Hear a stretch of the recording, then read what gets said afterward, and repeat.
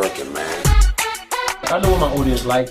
I did some independent films with Master P, and a lot of those movies did really well. I'm ambitious, I'm a hustler. I have my own lane. That's the thing about comedy. You wake up every day, you don't know if you're funny that day.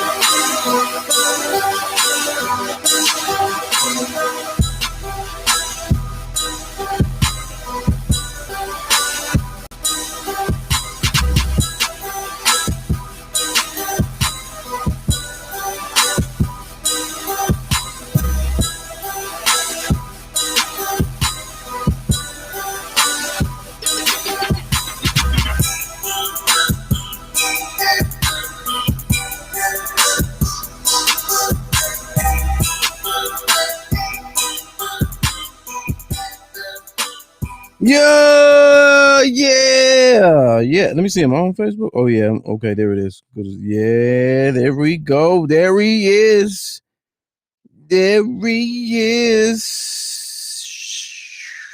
All right. Welcome to the program, ladies and gentlemen. This is Let's Go Live, and I'm Lamont King. Or Let's Go Live with Lamont King, and I am Lamont King, and we are now live. Let's go. Let's go. Broadcasting live from the newly remodeled Drunken Fruit Studios. I don't care if it is a closet. You still looking mad official. Thank you, Lord Jamar. You know what I mean? Good to see you. It's what we do each and every Monday through Friday, Lord willing, 6 to 7 p.m. Eastern Time. Shout out to everybody watching on the West Coast right now and worldwide. Something like a podcast, man. Kind of, sort of, but live. Trending topics, hilarious commentary, celebrity interviews, and interesting people. Peanut Gallery, what up? Yeah, man. How's y'all day going? For real word. What's up, Crispus? Say hello to my co-host, Crispus. It's Crispus. What up, Crispus? What's up, nigga? That's how you sound. All right, man. I ain't into too much, man. I'm just trying to get used to it. Shout out to everybody who the weather changed on them and didn't know it. Didn't get your permission. Weather changed and didn't get your permission. Didn't even call ahead to let you know that it's been raining here for all day. Nasty, cold. I mean, I'm talking about 3 inches, I guess. I don't know. Or more. This show is viewer supported 100% by viewers like you. Feel free to jump in and support us. $ Lamont King 06. That's at the Cash App. Patreon is another way where you can support the success and the lifeblood of the show. The lifeblood of the show is you. Is you, the viewer. You can jump on over at patreon.com/Mr. Lamont King and divvy up on the dividends. I want to make acknowledge yesterday's donor, our golden platinum, our platinum plan sponsor from yesterday. This young lady, I do not know her. We have not met, but she was in the chat heavy yesterday. I'm assuming yesterday was her first time watching the show, and she thoroughly enjoyed it. She became immediately our platinum sponsor. She's an attorney, Aikisha Al-Shabazz. I hope she's watching today, so you can send me your email. I need you to shoot me an email so we can set up that, arrange that conversation. But she's our platinum plan sponsor. She donated $100 I was watching Dr. Umar Johnson's live today. He was going off. It's so much stuff that I want to talk about his live today, but he was going off. But one thing he does, and I didn't realize, is he does everything 3 times. So he would shout out people as they would donate, because you got the donate button on Instagram. But Akeisha Al-Shabazz donated $100. She donated $100. She donated $100. So I appreciate you. Welcome to the family. Welcome to the family. Family. So yeah. But if anybody know her, tell her to DM me so we can set up that. She had a lot to say yesterday, and because she's an attorney, I wanted to bring her on to talk about some actual factuals, and it's all good. Good to see y'all, man. Jay Lee, Haynes, Nola, what up? Sharice, Regulus, Deron. All right, man. Yes, I was playing around this morning on the internet and got people all fired up and whipped into shape for no reason. Just I got a new work schedule, so I'm at work early, and it's nothing like starting shit on social media before the sun comes up. Absolutely rewarding. It is completely rewarding. I mean, when you talk about some feel good type. So anyway, I crafted what I thought was a good written joke. Social media is one of those things where me as a stand-up comedian, you got to be careful. Everything you do on stage doesn't translate necessarily to visual media. So you got to be a writer to really score, to hit those winning zingers. And so I was basically taking a shot at all these people, these I don't know what you want to call them, these super self-righteous social justice, foundational social justice warriors or whatever. And the joke was, because I keep seeing people talking about how they're not going to stand in line to vote, who would vote with no tangibles and blah, blah, blah. Platinum plan people on the side of Cube. So I said, you will, talking about you're not going to stand in line to vote, but you'll stand in line for, and I listed several real, here's the art of writing a joke. You have to include realness and then go to fantasy. That's how jokes are crafted. So I said, but you'll stand in line for the new old Jays that they keep re-releasing. I said, you stand in line for concert entry. You stand in line to get in the club. Stand in line to get in the strip club. You stand in line at motor vehicles. You stand in line at the bank. You stand in line for the Popeyes chicken sandwich. You'll stand in line for self-checkout. And you'll stand in line at the Jamaican restaurant to wait for them to make food that you already ordered, right? All right, here's the thing.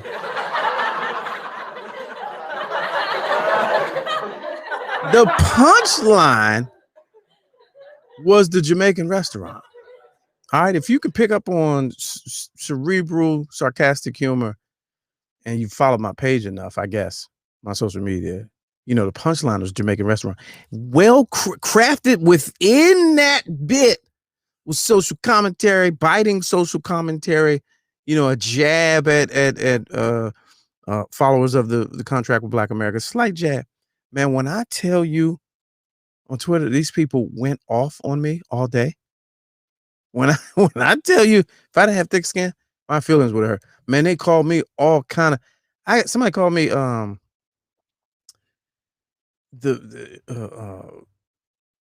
it must be bring your pet to work day for white supremacy. That's the kind of rap they was throwing at me, because who is this guy making fun of black stereotypes by using black stereotypes? And I'm looking at half the response. I was like, what are y'all? The joke was the Jamaican restaurant. The joke was the comparison and you not willing to stand in line to vote, but you stand in line to wait for that food that you ordered already, because everybody has had that experience. What makes a joke work is commonality and relatability. Every one of us. Who among you has not stood at a Jamaican restaurant, got to the counter for some shit you may or may not have already ordered, and they out, and they got to get George.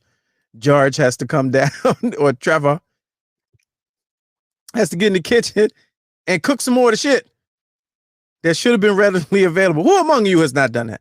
That's the punchline. But a hit dog or holler. You got all these super sensitive fake activists on Twitter. Man, they was going ham. They was going ham on me. You should see it. Anyway, so that was funny. That was this morning. And then I got the double whammy. I had a on Facebook, I kind of recalled something that I had read on Twitter. That's why that's Throwback Thursday, because this was something I had seen a while ago. And it was a young lady, it was a chick, I guess. I don't know if it's safe to say chick. It was a female. I don't know. Can you say female? Cis female. It was a person. They on Twitter was talking about the song Too Close by Next. I don't know if you remember you're dancing real close. You're making it hard for me. Remember that joint? All the songs on you requested, you dance like you're naked. Ooh, it's not so bad. 1998. And the reason why I love that song is because that's when I got into radio. When I got into radio, I was learning everything about the radio station, and I was in the studio like all day, every day. And that was a hit song on the radio, and I heard it every hour, and it got blazed into my brain. And I used to love the song. So this person was like, man, it was a thread. It was a Twitter thread. She was like, man, I can't believe the type of stuff we used to listen to on the radio, right? So I was like, all right, let me fall for the bait. So I started reading. She was like, that song Too Close by Next makes my skin crawl. And I was like, what? What is you talking about? So she went on, going on and on and on, and said the song was creepy, rapey, gross. It speaks to a dead culture. We should have never been partying to it.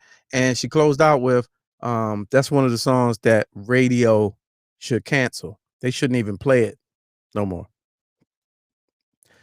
I was like, all right, I'll play along. So I started reading, man. And when I tell you, it was a full-blown conversation with the world. And just like anything else in 2020, very polarizing, half and half, split down the middle. Like people was really co-signing that joint. Like I get the argument, but that song is what set you off.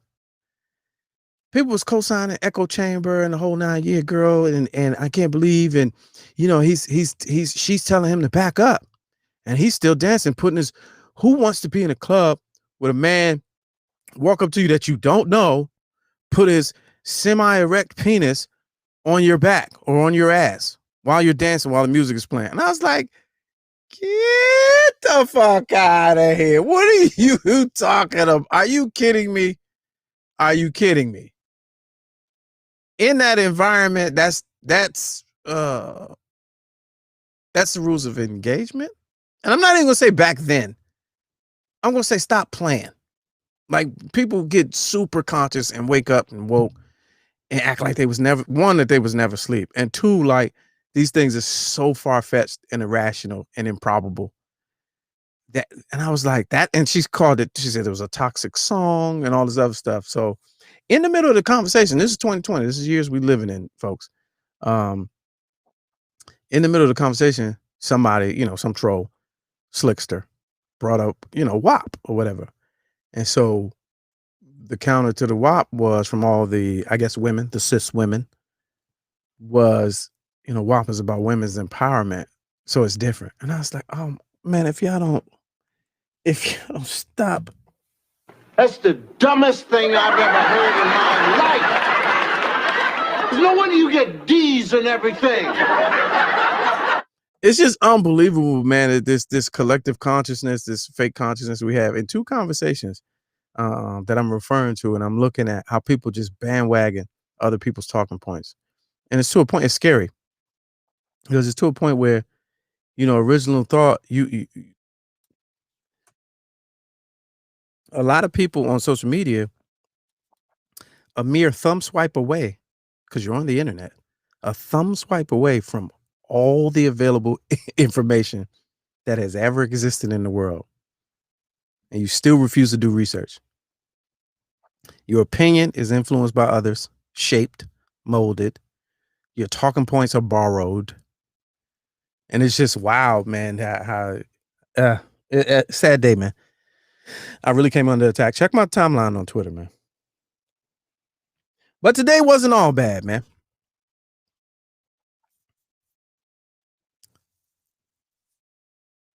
Okay, none of your business. is the name. I don't know. You said something. I don't know what you're saying though. So anyway, faux woke. Coach Ken says faux woke folks are the worst. That was hard to say. Faux woke folks are the worst. Yes, they are. All right. So, and good news though, I got something in the mail, man. I got a book. My man Paul Porter. It finally came. Blackout, my 40 years in the music business. Welcome to the music business, partner. 40 years in the music business. Oh, that's not the one. I wanted the applause. Paul Porter, if you don't know, if you don't remember, voice of BT for many years, producer. He was one of the talent, I guess not talent bookers, but he was a main guy at BET and some other outlets, including Radio 1, late 90s. And he's got a hell of a story to tell. And so I got the book today, so I will be reading that. And it made me think. I was like, all right, well, let's go back, because I don't know if y'all heard this. I got a chance to interview him on Karen Hunter's show, and it was a great interview. He dropped a hell of a nugget at the end. So I said, you can't leave without telling the story, because he's a hell of a, if you ever talk to him, hell of a storyteller. Got a lot of stories to tell about the music business and living in DC in the late 90s. One story involving Marion Barry and John F. Kennedy Jr., which is absolutely amazing. And then he finishes off with an incredible story about Stevie Wonder. So I wanted, in honor of Throwback Thursday, here's Paul Porter and myself on the Karen Hunter Show. Please enjoy.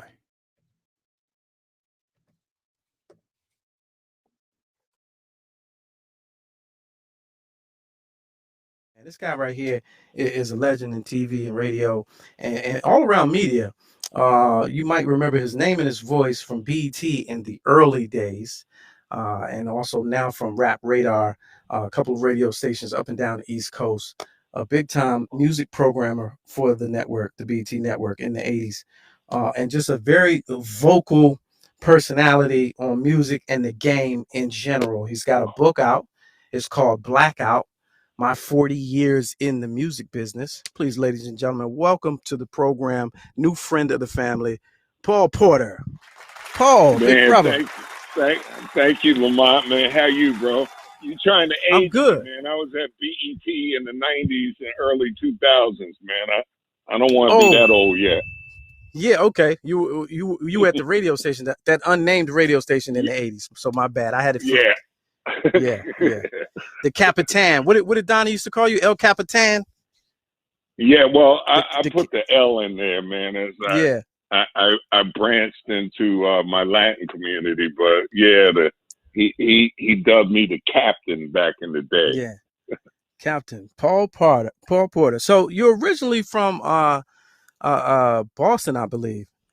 And I went to school in Boston. I'm from Queens, Jamaica Funk, Tom Brown, man. Yeah. Queen. Okay. I went to school in Boston and migrated to DC. Right. Now, what brought you to DC in those early years? NBC and Donnie Simpson, and back in the day, man, that was a big job. I went from making $10,000 to $70,000.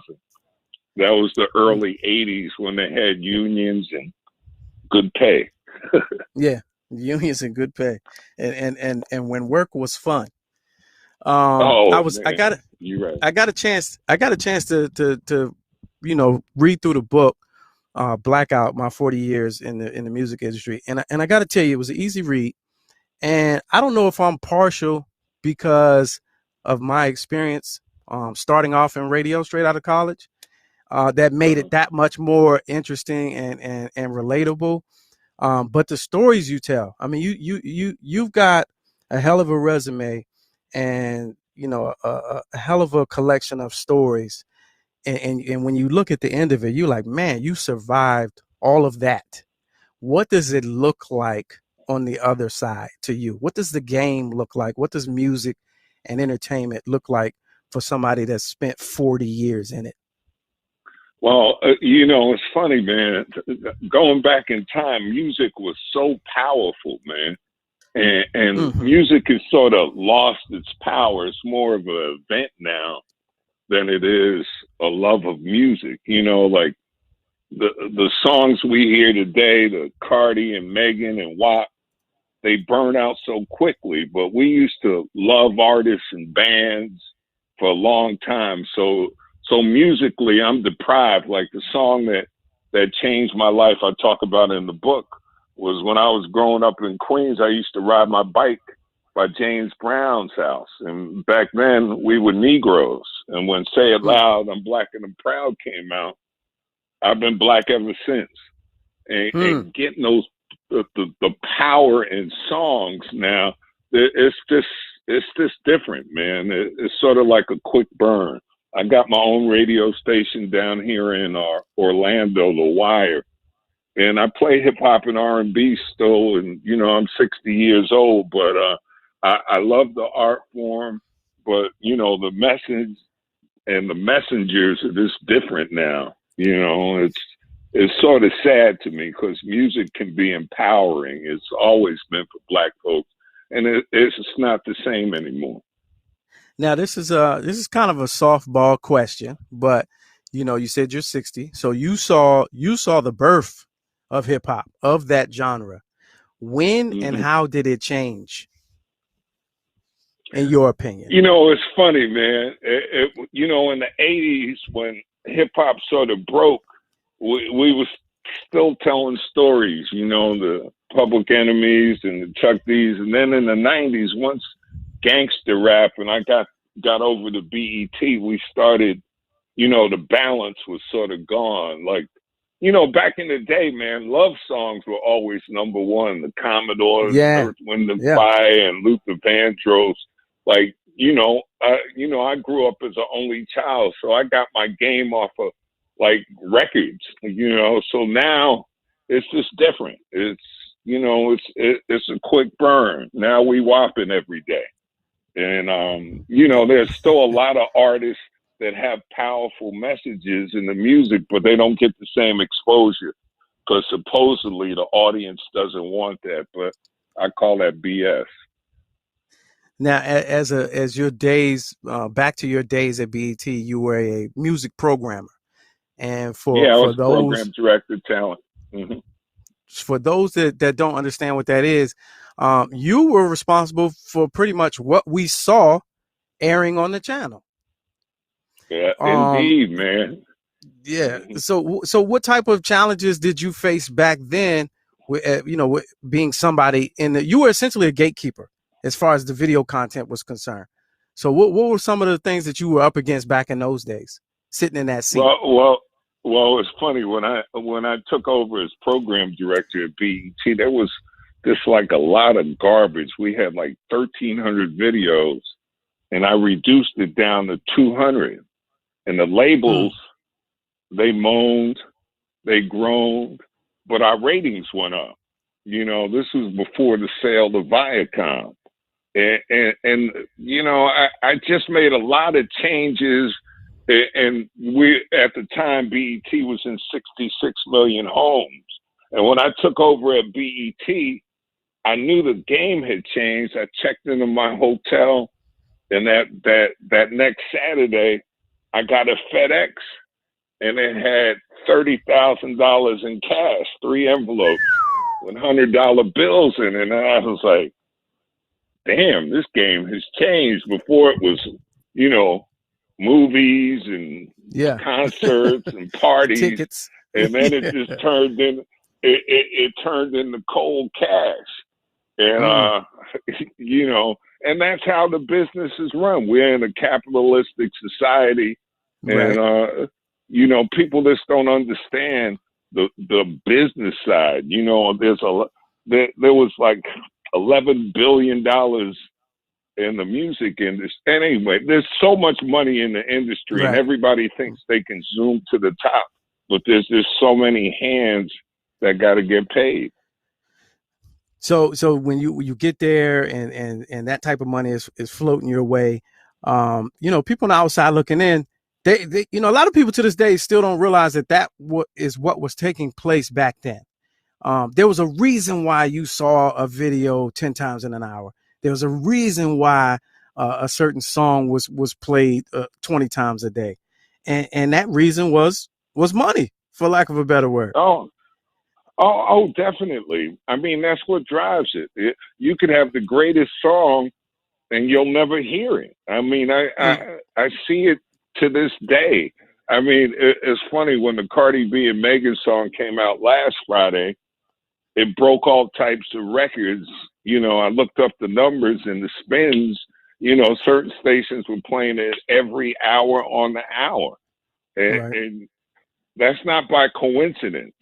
You know, there's not like 500 programmers that do the same thing because songs are so good. It's, you know, whose hands, you know, I always say programmers' hands are like cups. You know, they're always asking for something. You know, it's like metal cups, you know. And I used to hear about it and see it, but once I took over at BET, I really saw it. But then, you know, the powers that be sort of were upset at me because they were making, you know, $100,000 videos and I wasn't playing them because they were garbage. But as the ratings went up and the station BET did better, you know, it was a good thing, at least for the network. Now, now this is funny to me. You at the beginning of the book, it's called Blackout: My 40 Years in the Music Industry, by Paul Porter. At the beginning of the book, you make a statement. This is a work of nonfiction. The stories are true, but some of the names and situations, you know, have been changed. And then when I get to the book, like I recognize every name, and I'm like, except two. Okay. You named everybody. And one of the stories that you told was about Donnie Simpson, the great Donnie Simpson. And you were saying how, you know, in the midst of everything that was going on in the game at that time and how the game was played and what you did, you said Donnie Simpson was one of those individuals who, from your vantage point, always kept his nose clean. Yeah. And so my question to you is, how did you, with all of that energy around you, how did you navigate that? Because you obviously have a conscience then and now, but you were in the seat. So how were you able to navigate and stay out of the way, but at the same time be influential and impactful enough to get your job done? Well, I think it was Donnie that sort of inspired me because Donnie was just different, you know, but Donnie was making a lot of money. And a lot of people in radio don't make hundreds of thousands of dollars. So he had a sense of freedom. He trusted me. He said, play this, do this. I give him this. And it was that. And then later on in my career, I started going different places and, you know, I felt helpless. And, you know, I got orders. You know, I got orders at BET to play this because Def Jam was spending $3 million a year at the sales department. And I'm like, this is trash, play it. And I used to get into those battles. Don't think it didn't come with stress and pain. You know, I started Kathy Hughes in Radio 1 in a trail on 4th and 8th. We went from a 0 to number 4 in 9 months. I remember the day Kathy Hughes made her first $1 million, and she was happy. Phew. But you know, things have changed, man. It's a corporate world right now, and that's okay. But I'm more into, and I don't want to say consciousness, but I know how important music is for us, and you know, we've always fell in love with songs and artists. But, you know, the industry doesn't build them the same way anymore. Like I said, it's a quick burn, quick fatigue. Now, you talked about corporations and you know, these companies being run by certain people. Now, the elephant in the room with respect to that part of the conversation is always the same. You talk about Black-owned businesses. You mentioned Radio 1, and we're talking about BET. Do you, in your opinion, just based on what you've seen, were they in better shape when they were Black-owned and operated, or when the larger white companies came in and took them over? Oh, I think BET was much better in the early days. I mean, we had different programming. We had balance. We had Teen Summit. We had shows for different audiences. And, you know, as once you go public, it's about stock earning. It's not about listeners. And, Right. you know, it's how to reach the most people at one time. And I don't think they're always right, but that's why, you know, I've had this long, different path. You know, it's just not enough substance for me, not enough caring, and it keeps happening now. I hear these debates all the time about, you know, black owned and black businesses, but like I call it selective amnesia. Okay. We remember what we want to remember and forget what we want to forget at certain positions, and that's happened at BET or you know, at Radio One. Like, there was news. Black radio was community. You know, that was the voice you could trust, and it's not the voice that you can trust anymore. It's just a voice. You know, nobody's listening for political news or local news. Everything's more on a national level. Now, is that because our appetite as consumers has changed, or the size of the buffet table? Which one? Who do you lay that at the feet of? The buffet table. Look, I tell stories like back in the day, and I know you know because you've been there. Like a top record, you know, in the 80s, early 90s spun every 3 or 4 hours. Now it's every 60 minutes. You get that heavy dose of whoever's on top all the time, and you don't get that balance. So it's a smaller piece of the pie that we get to hear, but that's just traditionally how corporations run. You know, black radio for a long time was run by black folks. Right. And when you look at these companies, the real decision makers ain't black. You know, I just got into a thing about WAP with a local programmer at Cox who's white, who I love him like a brother, but he doesn't understand the same thing because, you know, I remember when I went to Jimmy Iovine's house, who ran Interscope, you know, and they were the gangster label. When I went to his house in Jersey, his kids were riding horses, and it's just a different feeling when you don't have the experience of knowing the crack dealer or somebody's in jail or seeing what it really does to your community. And that's what I think gets lost when the suits at the table, you know, make all the decisions.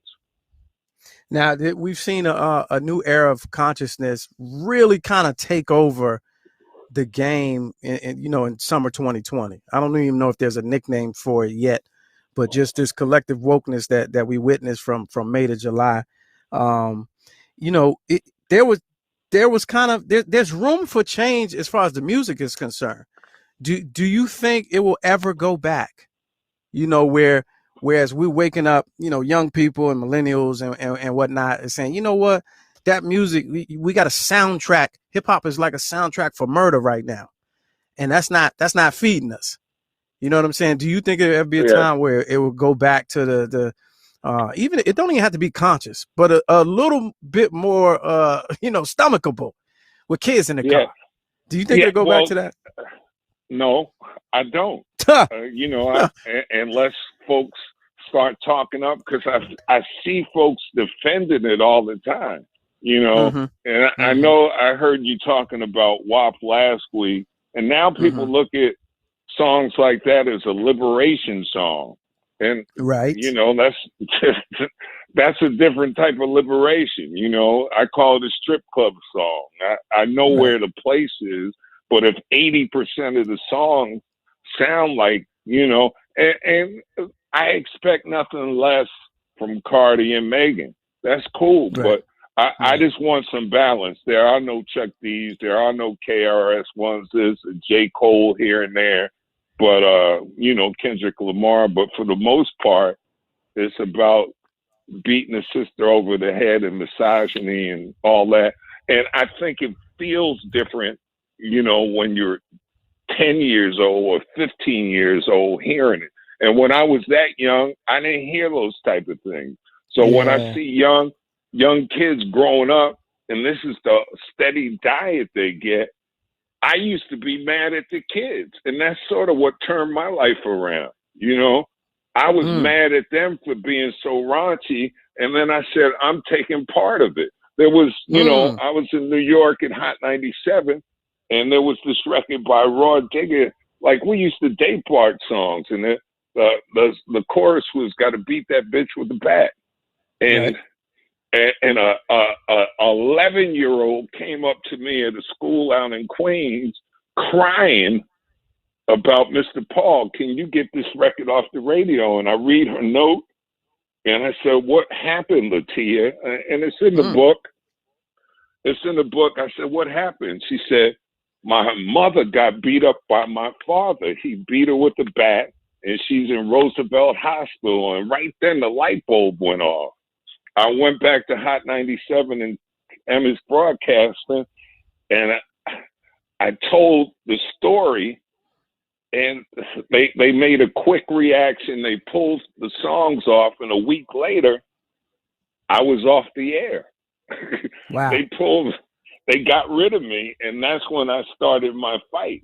You know, because the corporate heads were like, "Yo, we making money," and it's sort of like the drug dealer. You know, they give out turkeys on Thanksgiving, but they ravage your community the whole time, and that was my general manager's excuse and the owner's excuse.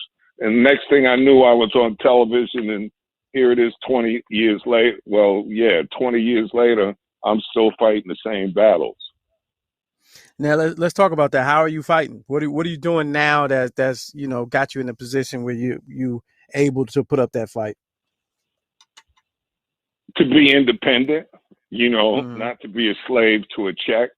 You know, I bought my own radio station. I get to speak freely. And is it the best of times always, you know, being in the forefront and taking a lead? No, but spiritually and mentally, I feel better. You know, I know some of the fights. I've gotten songs and shows taken off of MTV and this different movements. I started a nonprofit with my partner Lisa Fager. It's called Industry Years, and I got a site called Rap Rehab, and just educating. You know, and I get to do a lot of college lectures and talk to a lot of kids around the country.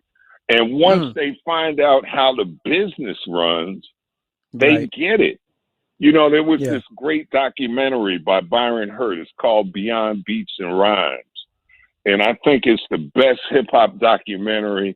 I urge your audience to watch it. And it came out like 15 years ago, but it's still true that rappers rap because what they hear on the radio. That's not their only story, but they think to be down, they gotta be gangster, even though they're not. And I just want to make it cool so we can tell uplifting stories too. Just get some balance. And I love the gangster stuff. That's part of my life too. I just don't want to hear it 85% of the time. And I don't want to just target little kids. Yeah, exactly. And that's always been my gripe, even when I was there in radio, years ago in music radio. And my whole gripe was, I throw your guns in the air, Onyx, 92, 93, Wu-Tang, all that. Like I was there, I'm in it. And I do want to hear, but at the same time, all day, every day over free radio. Radio is a free medium. That's what people gets missed on a lot of people. It's a free medium. So that means you really you have no protection against it other than to change the channel. Most people out of habit, they're not changing the channel because that's what they want to hear. So you gotta, your kid. I was just gonna say, like in the car, in the mornings, you got the kids in the morning, you got, it's not like, all right, movies are R-rated. You're paying to go see that movie. It's not a free medium. So you can put whatever you want in it. But with commercial radio, specifically urban radio, specifically with white people in charge, I feel like we're bombarded with the negative vibe and that negative energy, and we're so used to it generationally. It's like, no, this is normal. Like, this is what, this is what we're supposed to be. This is how we are. This is black people. And we don't even know how much poison we put in our own soul. But you know when the big change happened, there was a time when black radio, you could be in the car with kids, and then they split it up. They made urban adult contemporary and the oldies, and then they made the hip hop. So as some folks got older, they left one side, and their kids listen to one thing, and as adults listen to something else. And that's when it started to really get sour. You know, it really got stupid. And you know, and there's nothing more impressionable than stardom, you know. So we see what stars. So, you know, yeah, I hear more. There was the thong song, you know, 15 years ago, but every song talks about stripping and anyway. And the I thong, know and I'm look, preaching to the choir. yeah, you are. The thong song was light though. That was when you think about it, that was so light. You you wish you could have just a song about underwear now. Well, people were wordsmiths. Yeah. I remember back in the day when people complained, you know, when I started in radio, I remember when the Isleys came out with Between the Sheets. That was like a terrible lyric, but it was so tastefully done. You know, D'Angelo had Brown Sugar, and that's a weed song, but now it's this roll my blunt, stick it in your, you know, it's wordplay's not available anymore. We're joined by Paul Porter, author of Blackout: My 40 Years in the Music Industry. Now, I wanted to talk briefly. One thing I read in there, it said you were never actually fired from BET, but you were staying in a hotel and your accommodations just magically ended. tell that story. Tell that story if you can. Well, at the time, man, they had brought over who I still love. His name is Stephen Hill, and for years he ran BET and everything. And I don't know if it was, you know, a power move, but, you know, for the last 60 days, I never saw him. He would run the other direction. And it was this, it's this typical, you know, some people aren't confrontational, but I was in a hotel. I had a $45,000 bill. You know, I was in Hotel George, and they kept paying the bill, and I thought it was crazy. And I found out through somebody else. I left. I took my computers and everything else from BET and never walked back in the building again. Wow. But he knew the power in taking the money. You know, you can get rich programming networks, and you know, and I saw the change when I left right away, because all the garbage went back in and the same dumb messages and everything else. But you know, he's in that film Beyond Beats and Rhymes. They ask him a question, and Steven runs off the camera because he knew he's wrong. And that's why sometimes I point it out, man. And I'm not perfect. I named all my failures in that book too. I failed like everybody else, but you got to take responsibility for it. Now, some of the names that you mentioned, you know, your old counterparts or whatever, do they still rock with you? Like knowing how, you know, the position? Yeah. Yeah, it's funny. When I first started, people were real quiet, you know. And over the years, and it's not that I had some special foresight. I just had a little more kahunas than some folks, you know. And once I got that second good job, you know, sometimes when people are in jobs, they get real quiet, you know, because they got to pay bills. But I learned I could recreate myself and do other things at other times. And now's the perfect time. I got an app. It's called ConsciousCon. It's iOS and Android. You know, I'm building my own messages, do my own thing, and I'm not a slave to Instagram or Facebook, even though I use them all. But you know, I just think it's time that we need to build our own media and messages. And I've got to work with some good people back from college, Wendy Williams, you know, Joy Reid. I've been blessed to work with some of the best people in the business and build with them over the years. And there's a lot of good people in it, but there's a lot of weak people too. Mm. So talk to me about Conscious Con. What does that look like? What do I get from that? Conscious Con, man, there's this positive messages, man, you know, from videos to, like, I do a live broadcast tonight at 7, and we talk about real things. And a lot of my stuff is geared music related. And, you know, I'm trying to deal and pass it on. You know, the one thing that's kept me alive is keeping involved with younger people, you know, Kiki D, a 22-year-old rapper at American University, you know, or Suzanne Christine. I just can't stand. There's a difference between experience and expertise. And they have a lot of folks that are older that don't get the younger side because they want it to be the heyday back in the day, and it's changed. So if you're not listening to everybody, it's invalid, you know. And when you talk to these folks, when I go to colleges or the elementary schools, you know, I can talk on their level, and they understand that. They really do, because we got to do a better job of going back and forth and talking to people and younger people and telling our stories. We don't do enough of that. Now, speaking of that, and as we wrap up, give me a good story. Give me one of your more memorable occasions from your 40 years in the music business, or a couple. Give me a couple of them. Man, those wow moments, because I know you got them. I know you got them. Matter of fact, C-SPAN gave me a special on the book. If you look up Paul Porter and Blackout, I tell a lot of the stories. They gave me 90 minutes. But there was a time when I was in D.C. and, you know, back early 80s, man, everybody was rolling back then. There was no COVID. There was no poverty.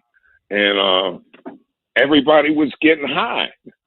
So I go to the local dope man's house, and I walk in, and I see on the couch, like, you open the door, and on the couch there were 3 people. One was Mayor Marion Barry, one was John F. Kennedy Jr., and the other was Jim Vance, who was probably the best black anchor in America in D.C.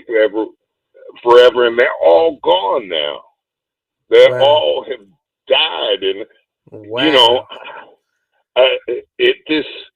that moment stuck with me, and that's when I sort of got my head together. You know, I thought getting high was cool and doing this and all that, and I saw them sweating on the couch, and 45 minutes later, I had cocaine sweats, and that sort of started changing me and bringing me back, because I was part of the movement. I was just like soaking it up, you know. And you know, I went to D.C. I'm 24 years old, making $75 grand in 1982. You couldn't tell me anything. But once I started seeing people fall and talking to people, you just get to learn. You get to learn, and working with I went to Africa with Stevie Wonder on his first trip when I was at BET. We went to Cameroon, and you know, even though I got a dumb Stevie Wonder story, can I tell that? Yeah, you absolutely can. What does that even mean? So I'm in awe because I'm with Stevie Wonder, and we're over there with a group of people from BET at the embassy and hanging out. And Stevie calls me. And at the time, Cameroon was like the AIDS capital of the world. This is in 92. And we got to go to the hospitals, and I threw up. And, you know, all the guys on the crew, all the women spoke French there, but, you know, all the guys were making booty checks. And Stevie calls my room. Back at the time, that's when Magnum condoms were out. And I was like, I don't want to have any sex in Africa. I was just in the hotel. and Stevie called me for a couple of condoms to come to his room. And I walked in, and Stevie had 3 beautiful women in there. And I was like, wow, I gave Stevie Wonder my condoms. So I know that sounds silly, but it just sticks out. You know, I got to bring Michael Jackson on stage. So, you know, there's been a lot of up times, but I've also been broke, you know. When they kicked me out of New York, I was living in my BMW 635 CSI because I didn't have New York money after I took a stand. So, you know, there's a lot of pain, and the book talks about the ups and downs. Well, there it is, ladies and gentlemen. Paul Porter. The book is Blackout: My 40 Years in the Music Industry. Hey, man, you're a giant in the game, a mentor to a lot of people, a walking storyteller. I appreciate you coming on the show, man. Much appreciated. I wish you the best. Hey, man. Round of applause. Lamont, Paul Porter, ladies and gentlemen. Thank you for the shot. All right. All right, there it is, ladies and gentlemen. Paul Porter, one and only. He's got the book Blackout: My 40 Years in the Music Business. It's a fun read. Quick and short. Check the website. It was on there. I'll put it on the way out. Yeah. I think it was on the video. Check the YouTube. Anyway, all right, we've reached that part of the show. Thank y'all for hanging in there today on this Throwback Thursday. Just wanted to do a replay real quick and you know, go to something that some of y'all may have missed the first time around, because that's what we do here. You never know what to expect. All right, so coming up right now, we'd like to leave on a lesson, man, in a segment I like to call Hi Dad, where we hear a word from an elder and switching it up, man. It's called Hi Dad. Is the segment, but Dad got some funny with him. Hi Dad. Happy every day, brothers and sisters. This is Alpha Papa with today's reflections. A joke or two from the vault. A judge entered the courtroom and started proceeding. Before this process starts in earnest, there's one thing I have to clear up. The plaintiff gave me $10,000 so I would rule in his favor. The defendant gave me $12,000 so I would rule in his favor. To make this case a fair one, I am hereby returning the $2,000 to the defendant. On another note, that's funny. A police officer found a perfect hiding place to watch for speeding motorists. One day he was suspicious when everyone was driving under the speed limit. So he investigated and found the problem. A boy was standing on the side of the road with a huge hand-painted sign, "Radar trap ahead." Going further, the officer discovered another boy about 500 yards beyond the radar trap with a sign reading, "Tips," and a bucket full of change. Peace and blessings, Alpha Papa. I'll take it. There it is. Tips. You got to get your hustle on sometime. Alpha Papa there. Oh, where's the right thing? Oh, right there. Appreciate you. Working on his book, the autobiography of his life. So there's that. Hey man, everything's cool, man. Tomorrow, John Watson is joining me for All Fun and Games. That's the Let's Go Live, the Friday version of Let's Go Live. All Fun and Games. We got some heat, man. There's a lot of wild stuff happened this week. I didn't talk about purposely the rally in Omaha last night so that we could talk about it tomorrow. And we got a top 10, a couple top 5s, all punchlines, all fun and game until it ain't no more. So make sure you join us tomorrow, 6 to 7 Eastern time. And before that, I'm on the Karen Hunter Show, 3 to 6 p.m. Eastern time on Sirius XM Urban View Channel 126 as a Friday co-host for Friday Foolishness Friday. So we're doing all that. It's packed, action-packed tomorrow. Hopefully you can make it. You'll see us. And there it is. I think that's it. Yeah, Yeah, I think that Crispus, is that it? Hell yeah, that's it. All right. Crispus said it's time to go. Said there's no more time for Lamont. We'll try to get rolling on tomorrow or even Monday at some point. And beyond that, again, once Aikisha Shabazz, the attorney, she sent us $100. Like Dr. Umar. I was watching him today. Man, we got to talk about him at some point in the future. He was laying it down today, though. I got caught in the live. I'm watching it in the car. He's dropping gems. I don't care what y'all say. Here's the thing, man. This cancel culture. People may say some stuff or may rub you the wrong way, but it be like Tariq Nasheed say a lot of good stuff. Dr. Umar say a lot of good stuff. Joanne Reed say a lot of good stuff. Roland Martin say a lot of good stuff. And man, there's people out here talking, man, and thinking. Don't just because one thing that somebody did or one time they had said that what they said that one time, I don't listen to nothing they say. Like Cube said some good stuff. Like we can't afford to be writing individuals off collectively.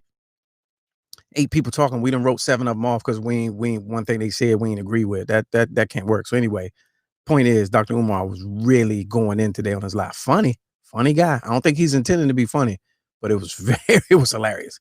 So some of the points that he was making, he was really going against the whole mindset of foundational Black Americans, which was very interesting because he's the Prince of Pan-Africanism, and his whole stance was, and we'll talk about it in the very near future. His whole stance was we cannot afford to not align ourselves with all Black people all over the globe. He said reparations can be a conversation. He said, but we're doing it wrong. The people shouting reparations are doing it wrong. And he was like, the father of reparations, Black reparations in this country is Marcus Garvey. And he was Jamaican. And he wanted us to go back to Africa. So in that conversation, you can't exclude Caribbeans and you can't exclude the continent. So there's that. We'll talk about that a little later. But he was going off. But yeah, shout out to if anybody wants to jump in on the donation train. He took 10 minutes out of his live just to take donations. And I was like, that would be nice. It was like a telethon in the middle of his live. And I was like, okay, that's genius. And he was getting support. You know what I mean? So, but we'll talk later, friends. Anyway, y'all be safe, man. Have a good day, man. Stay out of trouble. And hopefully with me and Christmas and everybody else here at the operation. Mr. Clarkson, shout out to Mr. Clarkson, our executive producer on the technicals. Appreciate you, John Watson, and all the viewers at home. We'll see y'all tomorrow. Lord willing, inshallah.